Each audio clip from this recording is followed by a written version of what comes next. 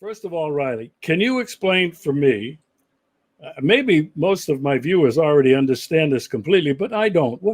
What's wrong with sustainable development? Is there something wrong with that? Well, I mean, obviously, at the surface level, sustainable development and the 17 sustainable development goals laid out by the United Nations and I believe ratified by the General Assembly in, I want to say 2015, sounds really nice, right? It's about eradicating poverty, giving everyone access to health care, gender equality, all these other, you go down the list, right? Protecting the environment. Unfortunately, though, like so many nice sounding things in 2023, all you have to do is just dig a little bit deeper and you start to understand that these very, very nice, warm, fuzzy feeling goals at a deeper level, what we're really talking about is probably one of the most extraordinary disenfranchisement campaigns in modern human history on a global scale, in which a very small elite are basically going to be able to enjoy total control over the globe and do it in this, of course, altruistic and benevolent way for the common good. It's quite dystopian, and for those who really want to, it's there's a lot of if you really want to get into the ways that these policies can be used to control people and scam them. It's a huge subject, but I really recommend, Unlimited Hangout, Whitney Webb's outlet, and Ian Davis together have done a series of reports on these SDGs, and they call it sustainable slavery. And I think their big one that they did together is called Sustainable Debt Slavery. It was a very interesting article they wrote together talking about, okay, you have this green economy, but it's really it's the same scam where your so-called developing nations, you're giving loans, and this is just again a form of entrapment and sort of political coercion and blackmail. It's all about, look, at the end of the day, this is how I'll put it, Regis. These so-called sustainable development goals, I don't know why anyone would trust any government with taking them at face value after the last, after what we saw in 2020 when they used the excuse of public health to treat us like cattle, right? And all you have to do is expand that out. And it's not necessarily, obviously, my criticism goes far beyond the member states of BRICS. But it basically covers the entire globe.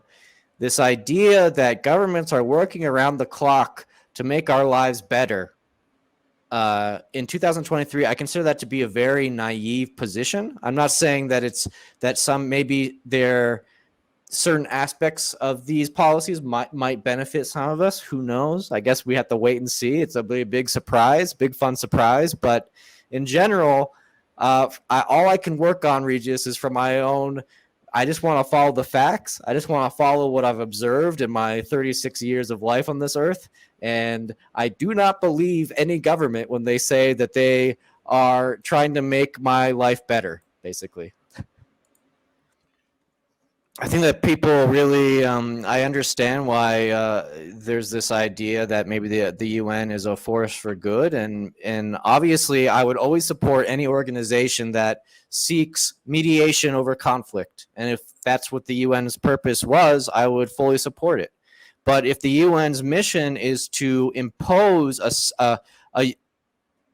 face it, a singular unilateral policy on the entire world without any sort of input from us, we the people, no matter where you live, whether you're in Russia or Georgia or the United States or whatever, I can't support that. Right. One of the other things. Well, the IMF is an international extortionist racket. It's like, why would you want a loan shark to be more inclusive? You would want them to be less. You want them to have less business, right? You don't want them to be more inclusive. If there's an organization like the IMF, which has done terrible things for the world, no, you don't. You want to limit their activities in the world, right, Regis? Yeah. I mean, they have imposed austerity everywhere. I mean, everywhere, pain and suffering on everywhere, the whole world. Yeah. And Greece is one of the best examples of it. But that's it. Austerity everywhere.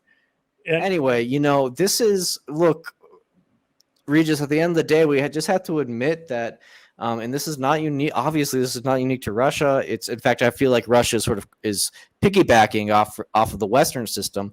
Our conception of healthcare and what it means to be healthy and what we need to do to be healthy, it's all based on the advisories, and in some cases, the compulsory, guidelines issued by governments that are completely bought and paid for by pharmaceutical companies, and it has nothing to do with our health. In fact, a lot of these policies, a lot of these medicines destroy health, and I would conjecture that, especially with the so-called pandemic that we all had the pleasure of experiencing, that these vaccines did very, very little, and possibly were caused some problems for some people, and that this is part of a larger scam, basically, to keep injecting us, keep pumping us with pills, things we don't need, things we don't want,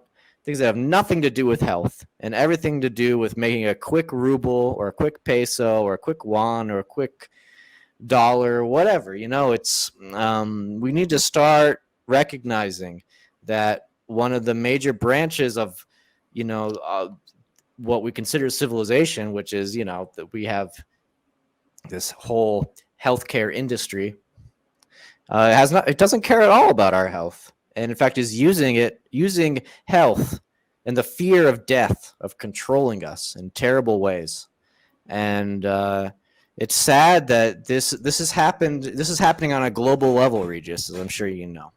So it's very unfortunate, and unfortunately I have to report that BRICS is definitely participating in this global scam and extortion racket. Water, and we're talking about things that can, with a little bit of extra work and not a lot of money, we can really change things in a profound way. And instead, we have these, ESG regulations, this carbon credit proposals that are been implemented or being implemented in the EU, and also Russia is very interested in this. So is China. So are all the BRICS nations. I don't think it really has anything to do with saving the environment. It sounds like a way to, create artificial scarcity, make the lives of normal people really needlessly unpleasant. And I think at the end of the day, the people who are the most wasteful, the most excessive, the most, decadent, they're not going to change anything about their lifestyles, right? And so that's my take, Regis. And maybe I'm an ignorant fool, but that's my honest opinion. I can't even think today. But you're like basically hiring African slave labor to dig up some lithium or whatever to build your amazing your batteries and cobalt. You're like forcing some 6-year-old to dig cobalt out of the earth so you can have your environmentally friendly Tesla. I mean, come on, this is ridiculous. You mentioned something. Right, and a lot of the policies that we're using allegedly to fight climate change are very, very damaging to the environment. Exactly. Yeah. And you mentioned drinking water. I'm not talking about some underdeveloped country. I'm talking right in the United States of America. Yeah, where they have black water. You put a lighter under your sink. Your faucet and it'll Sets explode. on fire. Yeah, it's And you get our rivers are dead yeah. because of environmental pollution, dumping of chemicals into rivers. Our oceans are dying. Yeah. And it's not just because temperature of oceans are rising. It's because all the crap we put in it. Fukushima just dumped all of that radioactive stuff, and they're all saying, "Oh, Exactly. it's harmless. Yeah. It's not going to bother you." And then you look at the mining that's going on all over the world. You look at the drilling for oil all over the world. You look at the deforestation that's taking place all over the world. You look at what Monsanto is doing to dump their chemicals Yep. into Yeah, it's the environment horrible. and Horrible. into our food. Horrible. And environmental degradation is impossible to deny. We as human beings are rapidly, incrementally destroying the planet that survives, that allows us to survive. It's incredible. All right, I want to get off that one. Sure. We could spend a whole show, and I've done some shows in the past with people on the environment and people on, the no topic that if you do it, you're going to get banned on YouTube. The other thing that really bothered me, public-private partnerships. Right. Now, when I first heard that, I think I was living back in Phoenix, Arizona at the time, Right. and Phoenix was going to get a baseball team, Nice. and they were going to build this new stadium, and it's an amazing stadium. Wait, is Really this the Diamondbacks? Is that what you guys got? the Diamondbacks, Arizona Diamondbacks. Right. And when I was living there, I was a big fan. They won the World Series. It was really great. Yeah. But the way they sold this was a public-private partnership. Right. And I've heard that over and over again in terms of cities wanting to attract a sports team. And of course, you have to build a stadium, whether it's baseball, basketball, football, hockey, whatever, public-private. Now, that seems and sounds really good. But really, how much does the public, now I mean the public, the people whose taxpayers' dollars are being used in this partnership, how much does the general population really get out of it? And then, Riley, you mentioned it, pharmaceutical companies, all kinds of other companies are really in partnership with government. Pharmaceutical, for example, with the CDC, the WHO. I mean, they're funding these organizations. Yeah. So, in your opinion, what are some of the downsides of public-private partnerships in the context of BRICS? This is what, I mean, I don't even understand that yet. Well, look, in general, I mean, the concept of public-private partnerships, this idea that basically you have the private sector financing projects that are billed as for the common good, right? So sometimes it's infrastructure, it could be any kinds of thing, convention centers, blah, blah, blah, blah, blah. But of course, part of this deal with the devil, okay, the private sector puts up the cash for the government, but they get to take revenues. They even will take tax revenues, not even related to, this project. And the problem with this, there's no such thing as a free lunch, right? And I mean, this whole digital transformation to a lot of people sounds great, but to me is really quite frightening. Your thoughts? I mean, it's such a huge subject, Regis. I mean, we could spend an hour talking about just digitalization, and obviously not just in Russia, and I want to stress that. But, here's my one comment I'll say. There's this wonderful writer, Stefan Zweig, who wrote this incredible book oh God, what is he even called? I'm even blanking out now. But he wrote this memoir about his time in the sort of post or World War I period to the end of World War II. And what he mentions is how this transition from World War I, where, you know, before World War I, the world belonged to everyone. There was really almost no such thing as an international passport. Some countries did have restrictions, but this idea that you had to have some kind of special document to travel somewhere in the world was blasphemous. It was inconceivable.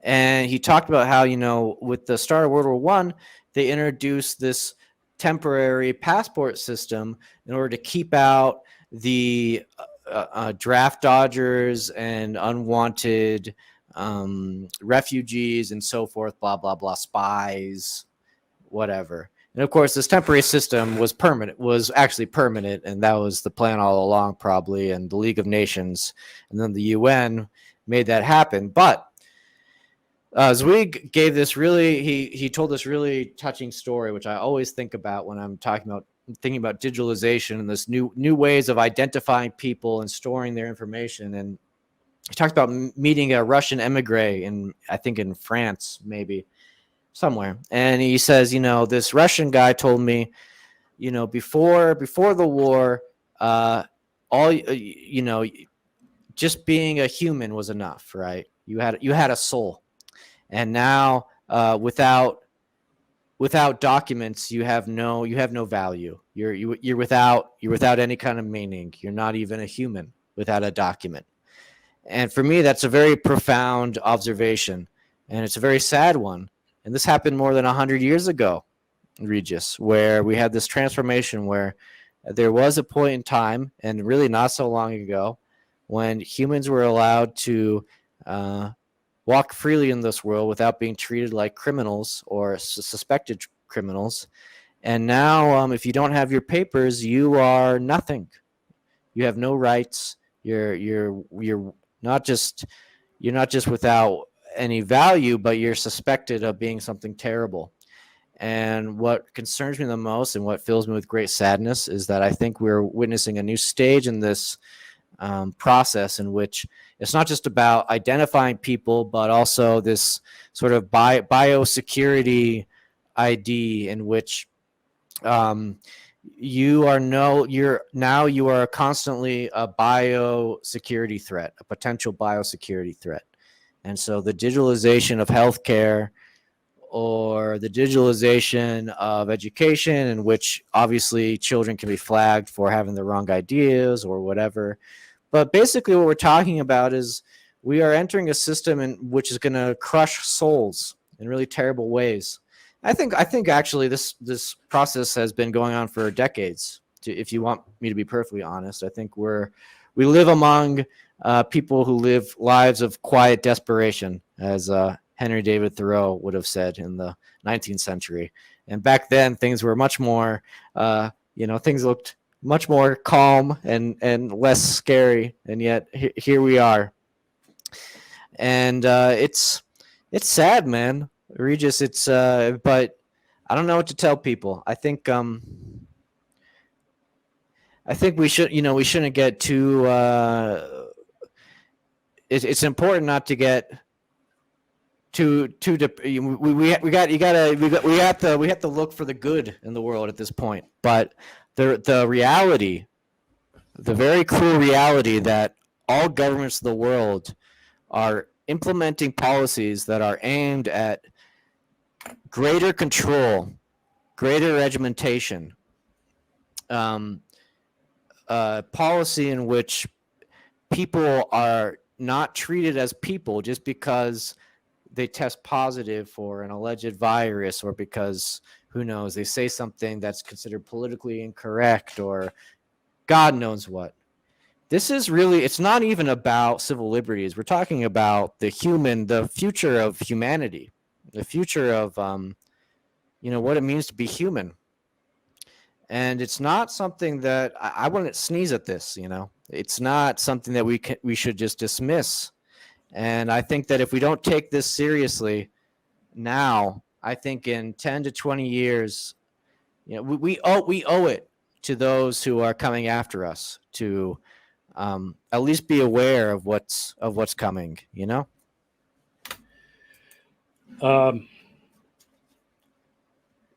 I think a lot of this is really dehumanizing. This is what you're talking about. Yeah. It is dehumanizing. It is denying and taking away everything that made us human, unique, individual, free. Yes. Spontaneous and yeah, fun. Exactly. There's a war on fun, Regis. Yeah, and and when you look at what's happening, Riley, I have a smartphone. You probably do too. Yeah. I do not live on it. I hate it. I really, and there's only one reason why I'm keeping that damn phone. It's because it's got an incredible video camera in it. And there are times as a filmmaker when I don't have a camera, there's something spontaneous. My telephone camera is as good as my professional video cam. I mean, I hate to say it, it doesn't have all the bells and whistles, but the video is just as good. It's the only reason I'm hanging on it. But when you look at people, I don't care where you go. And, you and I have been living in Russia. You can go on a bus. You can go to a train station. You can go to a bus station. Everybody is glued to that freaking phone. Yeah, that's true. There's hardly any interaction. Yeah. And the thing that really disturbs me, I'm glad my kids didn't grow up in that. Yeah. But you look at these kids that are 1 year old, the parent, to calm them down, sedate them, not have to worry about them, gives them this thing with a game on it. Yep. The games are intuitive. I mean, you see these little dots, you see little whatever it is they are.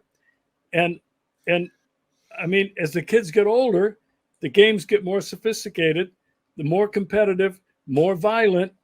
It's all about sharks eating little fish, and then it's all about war games. Yeah. And so when you think about when I look at that, I think that is part of the dehumanization process. It's not about choosing sides. In fact, to be honest, I'm sort of living in a even post-political world at this point, I got to admit. But that's beside the point. What really worries me, Regis, more than anything, is this slow dehumanization. And I think it's very steady. It's very methodical. And I don't know, it's not that obviously I worry about it, but it's also, I really hope that people know, I think we should start focusing on things that make us human instead of trying to obsess over, trying to justify certain things that we know are anti-human, right? And look, I'm sorry if this sounds controversial, but BRICS represents a lot of anti-human ideas. It just does. They've stated it openly. And so I'm not trying to tell people what to think or who to support. I just really encourage people, let's celebrate humanity and let's encourage all governments of the world to be more humane, right? That's my message, man. We've got to enjoy and appreciate, I wrote it down, all the good things that life and humanity and nature have to offer. Yeah, Regis, we're the inheritors of tremendous beauty and knowledge and art and culture, right? And we should never forget that. And I honestly, someone who's worked in media for many years, I mean, basically my entire adult life, I've been writing professionally, semi-professionally.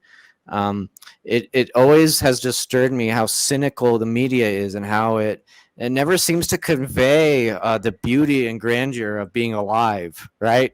I really encourage people to appreciate being alive and fully understanding what we've inherited as as the human race, right?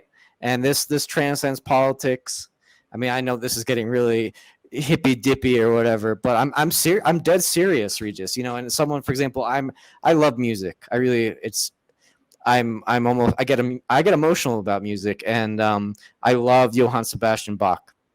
And for me, the fact that someone like Johann Sebastian Bach even existed, to me, gives me it gives every day of my life meaning, because to me it's like, well, okay, yeah, there's all this bullshit, but there's also Johann Sebastian Bach, and he's awesome, and he had this incredible way of transcending time and space to convey this timeless beauty. And there's so many ways that humans have been able to do this in literature and painting and poetry and cinematography and walking through a field and having, shashlik with a friend, whatever. And I really think that at times like this, where things are really quite dark, we can't forget this. We cannot forget this. It's so important. And there's so much on the internet, especially, there's so much bitterness and sort of grumpiness and sort of needless vindictive nonsense. We should never forget, Regis. We're just humans on this earth, and we should appreciate the real beauty of it, because there really is so much beauty.